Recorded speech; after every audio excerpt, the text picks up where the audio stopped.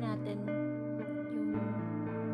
yung tinatawag na overnight success. Actually, walang overnight success sa buhay natin eh. Walang instant success.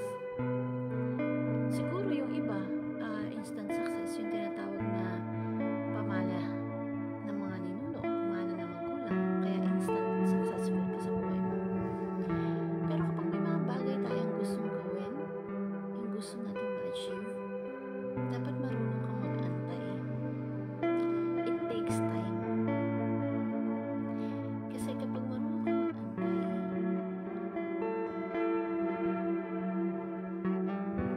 alam mo yung hirap at sarap at the end of the day, when ginawa mo, pinaghirapan mo, pinagpaguran mo, kailangan andun yung patience mo.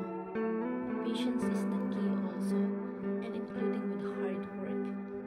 Kasi sabi nga, merong imaginin mo si Manny Pacquiao.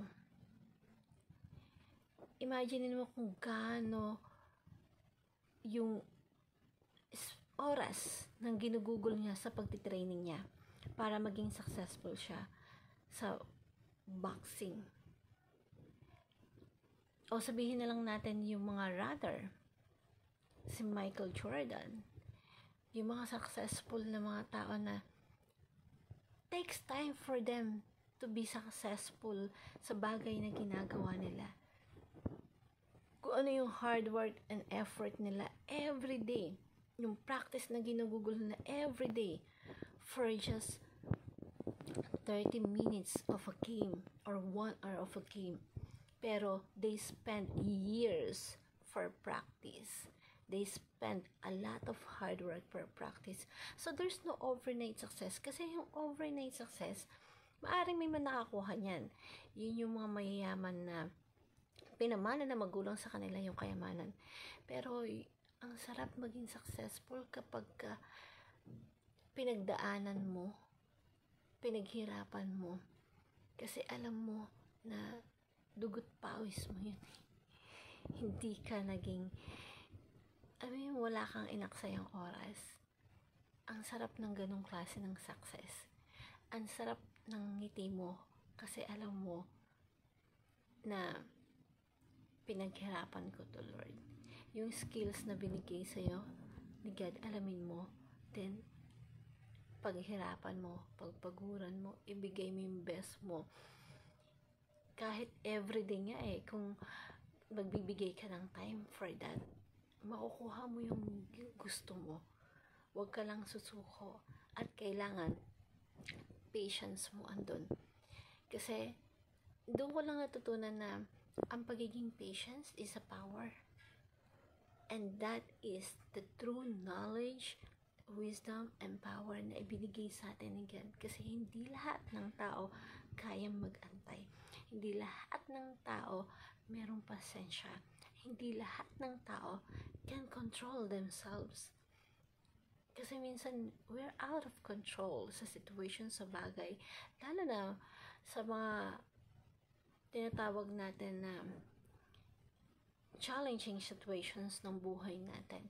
Kasi minsan, we are eager to get the goals, the dreams that we want. Pero ito na, kapag dumating yung challenge situation sa buhay natin, ano nangyari? Some of us quit, some of us changes the route ng pagkuha natin ng goal. Sumusuko ka na lang. So, pag may gusto ka, you have to be patient. And sa bawat minuto, oras na pwede mong ilaan doon, gawin mo kasi ang sarap sa pakiramdam na at the end of the day, kahit ano pa yan, you win because kaya mong mag-antay, kaya mong magbigay ng effort, lalo na kapag yung sa challenging situation, you have to pray and call God, the guidance of our Lord Jesus Christ, na patatagin ka niya, you strong kasi hindi mo kaya mag-isa yon. Pero mas magiging matatag ka, mas magiging matibay ka, mas magiging successful ka when God is with you. Tandaan mo, there's no overnight success. Pag pinaghihirapan natin yung mga bagay-bagay na gusto natin makuha, mas masarap yung result na pwede natin makuha.